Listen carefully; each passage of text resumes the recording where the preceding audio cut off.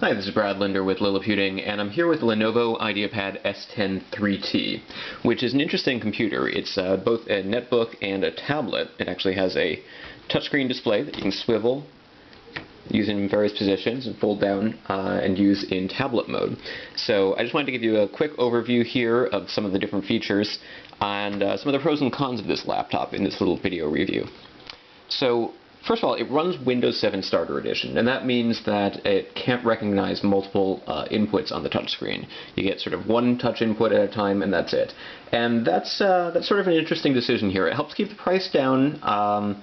This guy sells for about $549 with Windows 7 Starter Edition. You can often find it with coupons for much lower than that in the sub $500 range. The version that comes with Windows 7 Home Premium actually runs about $100 more, and that includes multi-touch features and a larger hard drive and some other features. Let's bring this up a little bit closer here and show you the keyboard. It's pretty good. There's a little bit of flex I found in the keyboard, and let's just pull up a notepad here.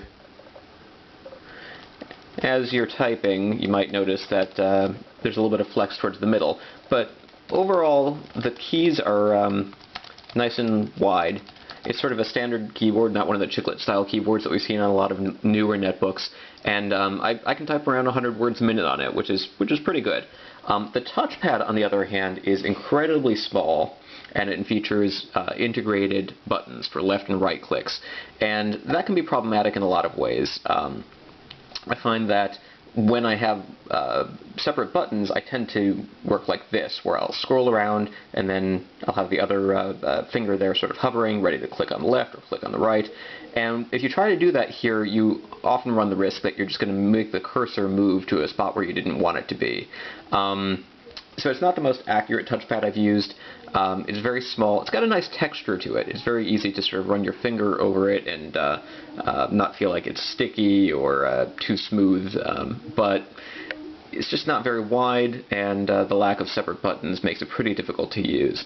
You may find yourself preferring to sort of reach up at the screen and use it that way, even in notebook mode here.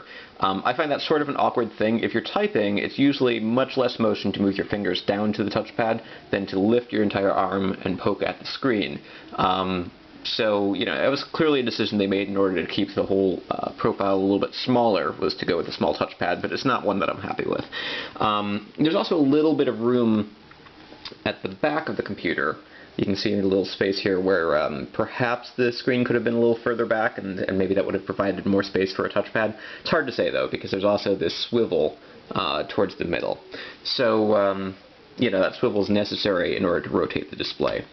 You notice that the screen does wobble a little bit if you push at it, or, you know, when you're doing the rotate. But when I'm actually using the computer, I find that it doesn't wobble too much. It's a pretty sturdy swivel. I'm not too worried that it's going to fall apart. In terms of overall performance, it's got an Intel Atom N450 processor. Seems to behave in notebook mode pretty much the same as most other netbooks that I've tested, which is to say you can probably handle HD video up to 720p, but I wouldn't want to do anything higher resolution than that. Just going to have problems with high quality flash video, but basic YouTube videos and stuff look fine.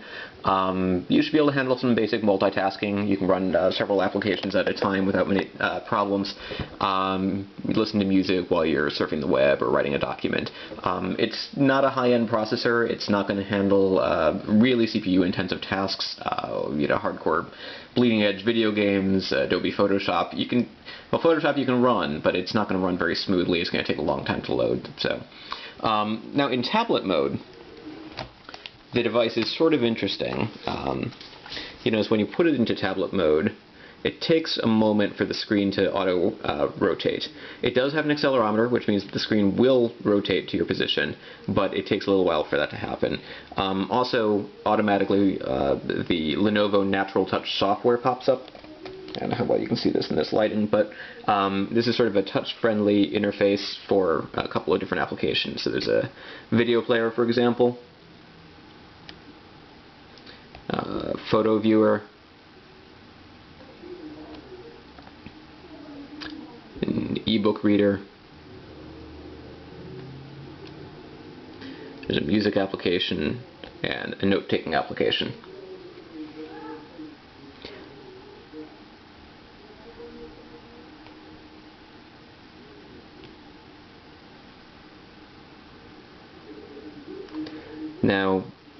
thing is, you have to write with your fingertip, because this has a capacitive touchscreen, meaning that it recognizes electrical impulses from your fingers.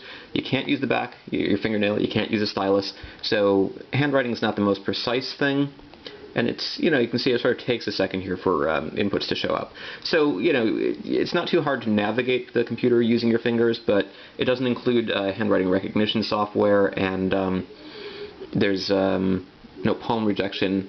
So if you place your palm on the screen, which you might do if you were, say, holding it like this and try to write, your palm might confuse it and not recognize any sort of touch input.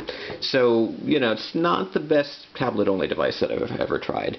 Now, another thing that I've noticed is, and I actually have the, there we go.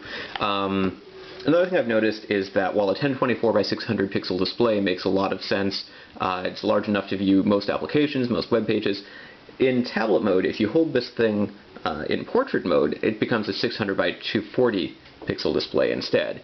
And there are a lot of web pages, most web pages in fact, just don't really look right on that size screen. Here we're running into another problem. You notice I tapped the URL bar in order to bring up a keyboard. No keyboard pops up. That's something that the other versions of Windows 7 are going to include, but here, if you want to get the on-screen keyboard, you're going to have to manually launch it. Okay, so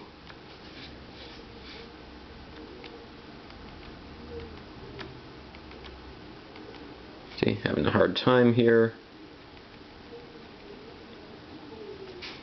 It might be faster just to use Google.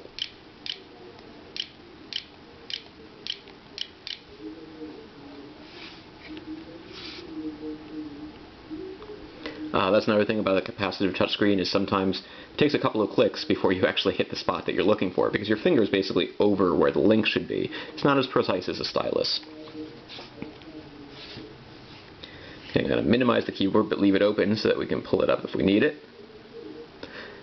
And so here you see the New York Times webpage. There's a fair amount of scrolling that you need to do. And because this is not a touch-optimized version of Windows 7, in order to scroll, you have to use the scroll bars. So, not the most pleasant experience that I've had with a tablet.